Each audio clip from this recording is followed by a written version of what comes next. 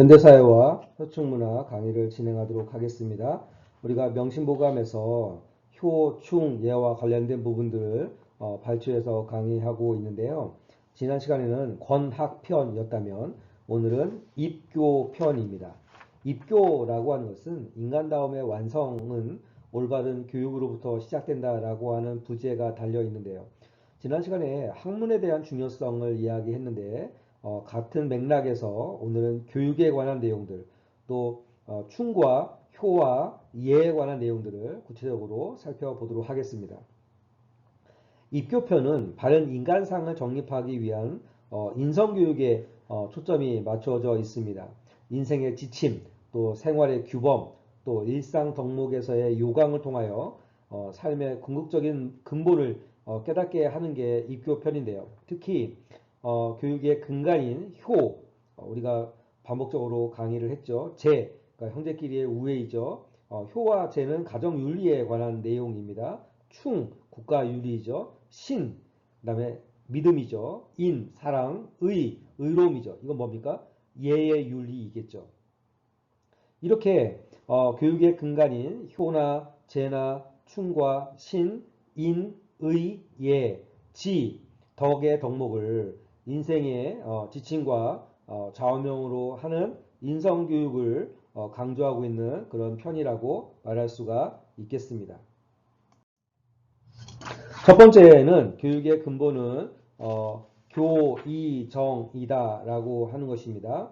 제가 한자 해설을 한번 읽어보도록 하겠습니다. 독서는 집안을 일으키는 근본이요, 이치를 따르는 것은 집안을 보존하는 근본이요, 부지런하고 검소한 것은 집안을 다스리는 근본이요, 온화하고 유순함은 집안을 가지런히 하는 근본이니라 라고 되어 있습니다. 결국에는 집안을 어떻게 보존하고 또 일으키고 가지런하게 하는지에 대한 가정 윤리에 관한 부분이고, 우리가 앞선 강의와 연결시킨다면 효와 관련된 가정 윤리에 관한 내용이라고 말할 수가 있겠죠. 화목한 가정이 되기 위해서는 네 가지의 덕목이 있다고 앞에서 설명했습니다. 독서, 또 순리, 근검, 그리고 화순인데요. 먼저 독서란 교육을 말하는 것입니다. 자녀 교육에 있어서 독서는 사실은 가장 기본적이면서 또 인성을 기르는 데 있어서 가장 중요한 방법이라고 할 수가 있는데, 요즘에는 독서보다 국영수를 더 중요하게 생각하지만 우리가 책 읽고 그 안에서의 삶의 지침을 얻고 이런 것들이 결국에는 집안을 일으키는 근본이라고 이야기하고 있고요. 이런 독서를 통한 자녀 교육은 집안을 일으키는 근본이 된다라고 말하고 있습니다. 두 번째는 순리입니다. 순리는 도덕을 따르는 것이죠. 부모는 부모 노릇을, 또 자녀는 자녀 노릇을 올바르게 해야 되고, 부모와 자녀가 자기의 도리를 다할 때 집안이 보존된다라고 하는 것입니다. 앞서 효의 본질에 대해서 강의할 때 부모는 마땅히 부모다워야 되고 자녀는 마땅히 자녀다워야 한다라고 하는 내용을 강의한 적이 있었는데, 그런 의미에서 효라고 하는 것은 상호 호혜적이다라고 이야기했습니다. 입교편에서 순리라고 하는 것들이 바로 그런 것이죠. 부모는 부모 노릇을 할 수 있어야 되고 자녀는 자녀 노릇을 할 수 있어야 되고, 부모와 자녀가 자기의 도리를 다할 때 이게 결국은 뭡니까? 효의 가치의 실현이고, 그럴 때 집안이 보존되어진다라고 하는 것입니다. 세 번째는 근검입니다. 근검. 근면하고 검소한 생활을 말하는데, 가족 구성원들이 각자 맡은 일에 부지런히 결국에는 가족 내에서의 충의 가치이죠. 또 검소한 생활을 한다면 집안이 화평할 것이다 라고 하는 게 근검의 가치입니다. 네 번째는 화순입니다. 화순. 온화하고 순종하는 것을 말하죠. 윗사람은 아랫사람에게 온화하게 대하고 아랫사람은 윗사람의 뜻에 순종해야 합니다.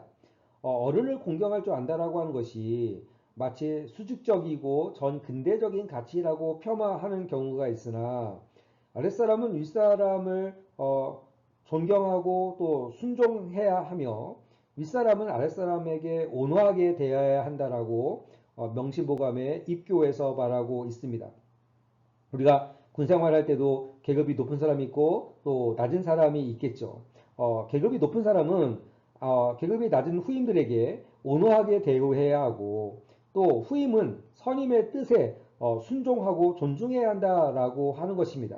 결국에는 예의 가치와 좀 더 같은 맥락이라고 말할 수가 있겠죠. 우리가 보통 가화, 만사, 성이라고 이야기합니다. 화순한 집안에는, 그러니까 화목한 집안에는 모든 일이 순조롭게 풀릴 수 있다라고 하는 측면에 있어서 가정 윤리에 대한 내용을 말하고 있는 것이죠. PPT의 내용을 좀 더 집중해서 설명해 본다면 자식을 가르치는 도리는 올바름에 있다. 그러니까 내가 부모가 먼저 올바른 행동과 공명정대한 어떤 그런 태도를 가지고 있어야지만 자식들이 나를 거울로 삼아서 자녀 또한 올바른 삶을 살게 된다라고 하는 것이죠. 부모의 행동은 자녀의 거울입니다. 앞선 강의에서도 이야기했었지만 우리가 군 간부들의 행동들은 후임 또는 병들의 거울이기 때문에 군 간부로서 우리가 먼저 모범을 보여야 한다라고 하는 내용을 강의한 적이 있었는데요. 이거를 가족 윤리의 차원에서 좀 좁혀본다면 부모의 행동은 자녀의 거울이기 때문에 부모가 먼저 솔선수범해야 한다라고 하는 것이고 엄격함보다는 의로움과 정직함을 몸소 보여주는 것이 교육의 핵심이라고 말하는 것이죠. 올바름, 정의로움, 그리고 정직함이라고 하는 이런 인성적 덕목을 이론적으로만 강요할 것이 아니라 실제로 솔선수범하게 보여주는 것들이 대단히 필요하다고 하는 것이고 이것은 가족 윤리가 또 가족이 화목한 가정이 되는 방법이기도 하지만 좀 더 확장적으로 군 생활에서 또 더 확장적으로 사회생활에서도 내가 먼저 의로움과 정직함을 먼저 보여준다면 다른 사람들에게 존중받게 될 것이고 다른 사람도 나를 의롭고 정직하게 대우할 것이다 라고 하는 내용들이 입교편에서 언급되고 있는 그런 내용입니다. 두 번째는 인간관계의 5가지 도리에 관한 내용입니다. 제가 한자 해설을 한번 읽어 보겠습니다. 성리서에 이르기를 5가지 가르침의 종목은 부모와 자녀 사이에는 친함이 있어야 하고 부자 유친입니다. 아버지 부자, 그다음에 아들 자자, 있을 유자, 친할 친자. 그러니까 부모와 자녀 사이에는 친함이 있어야 한다라고 하는 것이죠. 근데 요즘에는 가정 불화가 많은 가정도 많고 또 그래서 청소년이 가출하고 또 청소년 범죄가 일어나는 경우가 있으나 이 입교편에서 말하고 있는 부모와 자녀는 친함이 있어야 한다라고 하는 것이고 좀 더 개념으로 말한다면 효의 가치가 실현되어야 한다라고 하는 것이죠. 친하다라고 하는 것은 결국에는 부모가 자녀를 사랑하고 또 자녀가 부모에게 효한다라고 하는 의미입니다. 결국에는 부자 유친이라고 하는 것은 효의 가치의 실현이라고 볼 수가 있겠고요. 그 다음에 군신 사이에는 의리가 있어야 된다.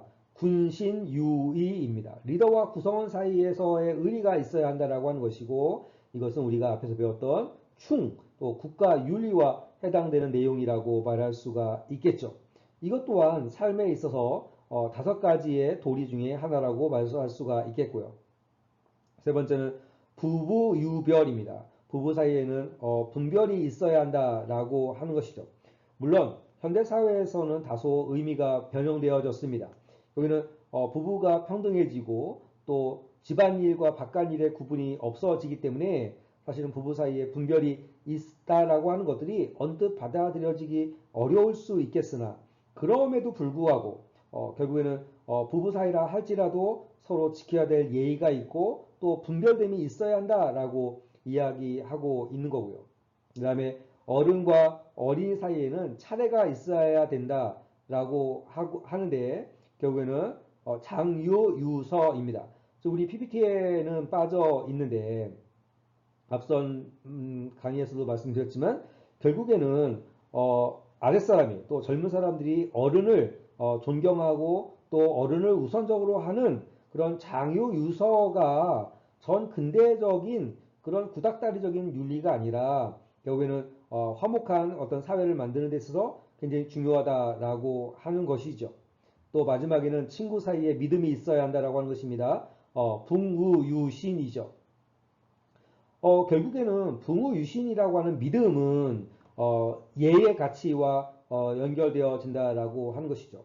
내가 하기 싫어하는 일은 상대방도 하기 싫어하고 내가 하고 싶은 일은 상대방도 하고 싶어 한다라고 하는 그런 가치, 결국에는 상대방에 대한 믿음, 이것이 효충에 있어서 예의 가치라고 말할 수가 있겠죠. 앞선 5가지 수레가 굴러가려면 바퀴가 있어야 하는 것처럼 사람들에게도 이러한 가치가 있어야 할 것이고, 정리해 보자면 부모와 자녀 사이에는 친함이 있어야 되고, 또 임금과 신하, 또 윗사람과 아랫사람에게는 의리, 충이 있어야 될 것이고, 또 남편과 아내 사이에는 분별 있는 행동이 있어야 할 것이고, 굉장히 가까운 사이이지만 그럼에도 불구하고 서로를 존중해주고 또 서로를 인정해주고 구별되어야 한다라는 의미에 있어서의 부부 유별이라고 해석할 수가 있겠고요. 어른과 아이 사이에는 차례가 있어야 하고 친구 사이에는 믿음이 있어야 되고 신뢰와 예의 가치라고 이야기했습니다.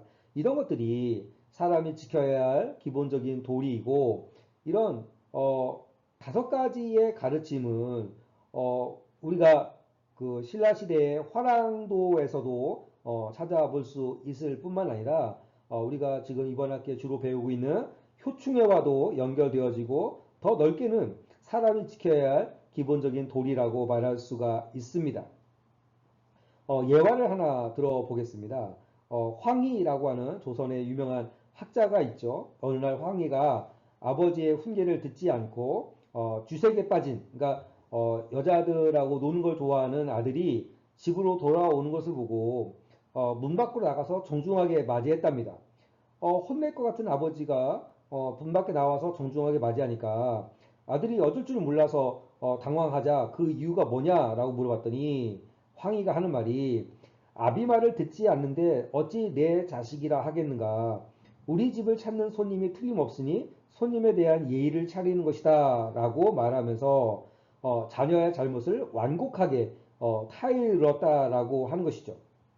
결국에는 부모와 자녀 사이에 어떤 친함이 있어야 된다고 하는 거, 또 존중이 있어야 된다고 하는 거, 또 친애가 있어야 한다고 하는 것을 여실히 보여준다라고 할 수가 있을 것입니다. 다음에는 공직자의 자세입니다. 우리는 어떤 의미에서 보면 공직자이죠. 뭐 시청이나 군청에서 일하는 그런 공무원은 아니지만 군인 공무원이고 그런 의미에서 공직자의 자세는 우리가 앞으로 남은 군 생활을 어떻게 할 것인지에 있어서 대단히 중요한 지침이 된다라고 말할 수가 있을 것입니다. 제가 한자 풀이를 한번 읽어 보도록 하겠습니다. 충자가 말하였다. 충자가 관청일을 다스림에는 공평함만한 것이 없고 재물에 있어서는 청렴한 것만한 게 없다라고 되어 있습니다. 우리가 군 생활을 하다 보면 사실은 재물의 유혹이 있을 수가 있고 또 공평함을 잃을 수 있는 그런 유혹이 있을 수가 있습니다. 남들이 다 그러하기 때문에 뭐 나만 청렴할 필요가 없다라고 생각할 수도 있고 또 내가 좋아하고 또 편을 들어주고 싶은 사람이 인간이기 때문에 있을 수밖에 없기 때문에 공평하지 않고 치중하는 그런 업무 처리를 할 수 있는 유혹이 있을 수가 있다라고 하는 것이죠. 명심보감의 이교편에서는 관청일을 다스림에 있어서 그러니까 공직자는 공평해야 한다라고 하는 것입니다. 이권이 개입돼서는 안 되고 청탁을 받아서는 안 되고 어느 한쪽으로 치우쳐서는 안 되고 공정해야 한다, 공평해야 한다라고 하는 것이고요. 재물에 있어서는 청렴해야 한다라고 하는 것입니다. 물론 모든 사람들은 많은 재물과 많은 경제적인 편익을 얻기를 원합니다. 그러나 너무 재물에 욕심이 과하면 결국에는 청렴하지 않게 되고 그런 청렴하지 않는 나의 태도가 결국에는 나의 명예를 또 군인으로서의 명예를 떨어뜨릴 수 있다라고 하는 것이죠. 그러니까 명심보감의 이규편에서 말하는 공직자의 자세는 공평함과 청렴함에 있습니다. 우리 PPT에는 어떤 내용이 나와 있냐면은 공평은 뭐냐면 사사로운 감정을 배제하는 것입니다. 우리가 공적인 일과 사적인 일을 구분해야 되는 이유가 바로 여기에 있는 것이죠. 공적인 일이 개인의 친분이나 감정에 의해서 처리되면 사회 전체의 근본적 규범이 유지될 수 없기 때문입니다.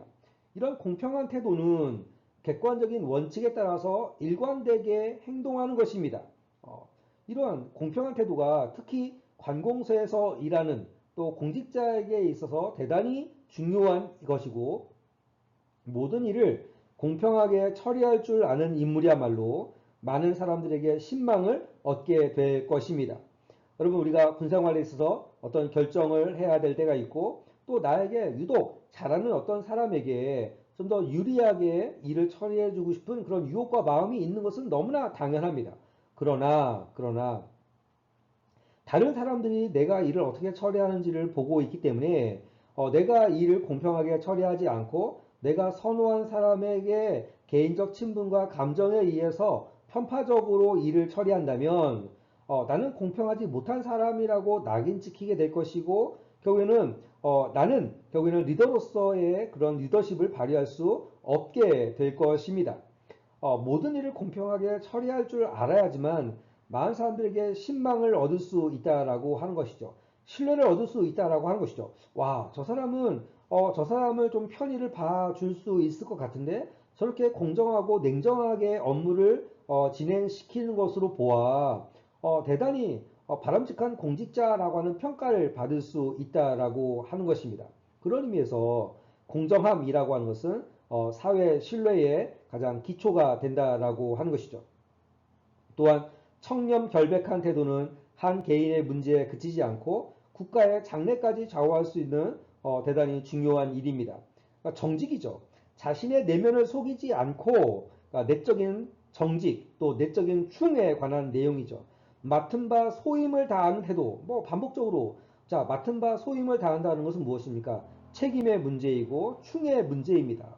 결국에는 마음의 중심을 잡는 것이 충이라고 본다면 맡은 바 소임을 어떤 경우든 다 하는 태도가 정직의 태도이고 결국엔 충의 태도이죠. 선공후사라는 내용을 앞에서 강의한 적이 있었는데 개인의 이익보다는 공공의 의의를 더 우선시해야 합니다. 만약에 공공의 이익보다 개인의 이익을 우선시한다면 우리는 군인으로서 또 군인 공직자로서 군인으로서 사실은 바람직하지 않죠. 그것은 정직하지 않는 그런 공직자이고 그런 정직하지 않는 군인이고 또 군 리더라고 말할 수가 있기 때문입니다. 결국에는 우리 사회에 이런 청렴결백한 태도가 더 확산되고 청렴결백한 사람이 많아질수록 국가의 장래까지 더 긍정적으로 좌우할 수 있다라고 하는 것이죠. 요즘에는 성공만 하면 돈을 많이 번다면 굳이 정직할 필요가 없다라고 생각하고 뇌물을 주거나 부정 청탁을 하거나 또는 정경 유착과 같은 그런 정직하지 않는 그런 사회적 흐름이 많은 것은 사실입니다. 그러나 단기적으로는 그것이 나에게 이익이 될런지는 모르겠으나 궁극적으로 장기적으로는 나의 평가와 또 내가 공직자로서 내가 명예롭게 퇴직하는 것을 사실은 방해하는 태도라고 말할 수가 있겠고 거기는 국가의 역량과 국가의 장래까지도 사실은 훼손할 수 있는 심각한 문제를 발생시킬 수 있다라는 점에 있어서 공직자는 공평과 정직의 가치를 반드시 지켜야 한다라고 하는 것이 여기에 나와 있습니다. 네 번째는 공자의 인생 3계도에 관한 내용입니다. 제가 한자 풀이를 한번 읽어보도록 하겠습니다. 공자가 3계도에서 이르기를 일생의 계획은 어릴 때에 있고 1년의 계획은 봄에 있고 하루의 계획은 새벽에 있으니 어려서 배우지 않으면 늙어서 아는 것이 없을 것이요 봄에 밭을 갖지 않으면 가을에 발할 것이 없을 것이다. 새벽에 일어나지 않으면 하루를 다스릴 수 없느니라 라고 이야기했습니다. 일생의 계획은 뭐 어릴 때 하죠. 내가 어릴 때 뭐가 되고 싶다. 요즘에 학생들을 보면 사실 우리 이제 효충군사학과 같은 경우는 군인이 되고 싶어 오는 학생들이 있기 때문에 일생의 계획을 좀 미리 세우는 편이지만 많은 학과들의 학생들의 경우는 전공을 택했지만 여전히 내가 어떻게 살 것인지를 계획하지 못하는 좀 안타까운 경우들이 있거든요. 또 우리가 1년의 계획은 1월 달에 내가 올 1년은 어떠한 버킷리스트를 가지고 내가 삶의 목적을 이루어가겠다라고 계획하는 것이고, 또 하루를 내가 어떻게 살 것인지를 아침 새벽부터 계획하고 하루를 알차게 살도록 노력해야 할 것이고, 앞서서 권학에서도 말씀을 드렸지만 어려서 젊을 때 배우지 않으면 늙어서 아는 것이 없을 것이고 삶이 헐망해질 것이라고 하는 것이고요. 봄에 밭을 갈지 않으면 가을에 바랄 것이 없겠죠. 아침에 내가 부지런하게 새벽에 일어나서 하루를 계획하고 하루를 다스리지 않는다면 하루가 의미 없는 하루가 지나가게 될 것이다 라고 하는 것입니다. 계획도 없이 시작한 일은 이루어지기 어렵습니다. 계획이 없으면 후회만 있을 뿐이기 때문입니다. 계획한 대로 부지런히 노력한다면 실패가 없을 가능성이 매우 높습니다. 언제 일생의 계획을 세우고 1년의 계획을 세우고 하루의 계획을 세울 것인가? 모든 때는 다, 모든 일에는 다 때가 있다라고 할 것인데, 만약 일생의 계획을 세워서 부지런하게 노력해야 할 때를 놓치고 만다면 그 사람의 장래는 어떻게 되겠습니까? 어떻게 보면 권한면에서도 제가 설명을 드렸지만 여러분들이 지금 군생활의 일과 중임에도 불구하고 이렇게 밤에 영상을 보는 것은, 꼭 공부를 하는 것은 결국에는 일생의 계획을 세워서 부지런하게 노력해야 될 때를 지금 기회를 충분하게 살리고 있다는 점에 있어서 이런 공자의 인생에 있어서의 삼계도에 적합한 삶을 살아간다라고 말할 수가 있겠죠. 혹시나 이 수업을 듣는 학생 중에 아직은 젊은 부사관이나 학생이라면 1년으로 친다면 봄이죠.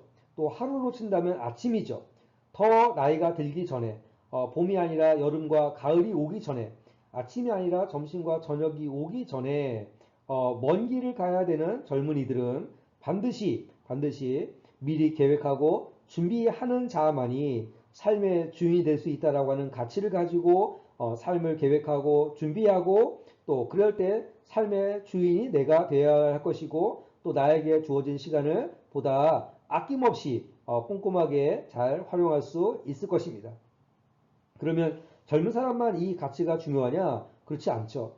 항상 오늘이 나에게 가장 내 인생에 있어서 가장 젊은 날이라고 여러분 아마 들어보셨을 것 같은데, 뭐 이 수업을 듣는 학생 중에 뭐 30대가 있고 또 40대가 있고 심지어 50대가 있는지 모르겠어요.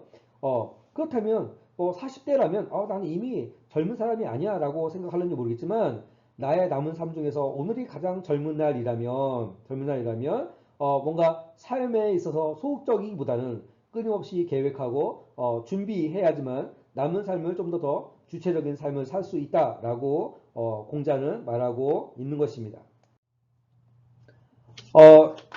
그 다음에는 지켜야 될 좌우명에 있어서 구용이라고 하는데 좀 살펴보도록 하겠습니다. 족용필중입니다. 뭐냐면 발 모양은 무겁게 하여 함부로 움직이지 않는다라고 하는 것이죠. 함부로 움직이지 않는다라고 하는 것은 행동 거지가 조심스러워야 한다라고 하는 것이죠. 행동은 성실하고 조심해야 한다라고 하는 것입니다. 왜냐하면 함부로 행동하고 함부로 말하면 그것이 곧 나의 실수가 되고, 또 그것이 또 나를 어려움에 빠지게 할 수 있기 때문입니다.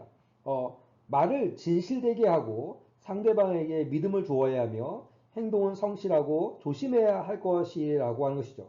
음식을 먹을 때도 삼가하고 아무거나 막 먹지 말고 알맞게 먹어야 되며, 글씨를 바르게 써야 하고 용모도 단정해야 하며 당당해야 할 것이고, 옷차림도 정숙하고 단정해야 할 것이며, 걸음걸이도 안정되고 사뿐히 걸어야 할 것이라는 것이죠. 앞서서 말했던 것처럼 이것들이 결국에는 군인의 자세와도 크게 다르지 않습니다. 또 목용필단입니다. 눈매는 바르게 하여 거짓된 것을 바라보지 않는다. 올바른 것만 바라본다 라고 하는 것이고요. 구용필지입니다. 입모양은 다물어 함부로 말을 뱉지 않는다. 우리가 말을 아껴야 된다라고 이야기하거든요. 왜냐면 말을 많이 하게 되면 말에 실수를 하기 쉽고 말의 실수가 소문이 돌고 돌아서 결국엔 나의 평판에 치명적인 문제를 발생시킬 수 있기 때문이죠. 그러니까 함부로 말을 뱉지 말아야 되고 말할 때마다 내가 이 말을 해야 될지 말아야 될지를 항상 생각하면서 말을 해야지만 말의 실수를 줄일 수 있다라고 하는 것입니다. 입, 용, 필, 떡입니다. 서 있는 모습은 덕성스럽게 하여 위엄을 갖춘다라고 하는 것이죠. 우리가 말을 함부로 하지 않고 행동을 함부로 하지 않고 또 정직하고 올바른 것만 쳐다보고 서 있는 모습이나 일반적 옷차림에 있어도 위험을 갖는다면 뭔가 내적으로 외적으로 군인의 자세와 또 모습에 부합한다라고 말할 수가 있습니다. 어, 오늘은 이 정도만 강의를 하도록 하겠습니다.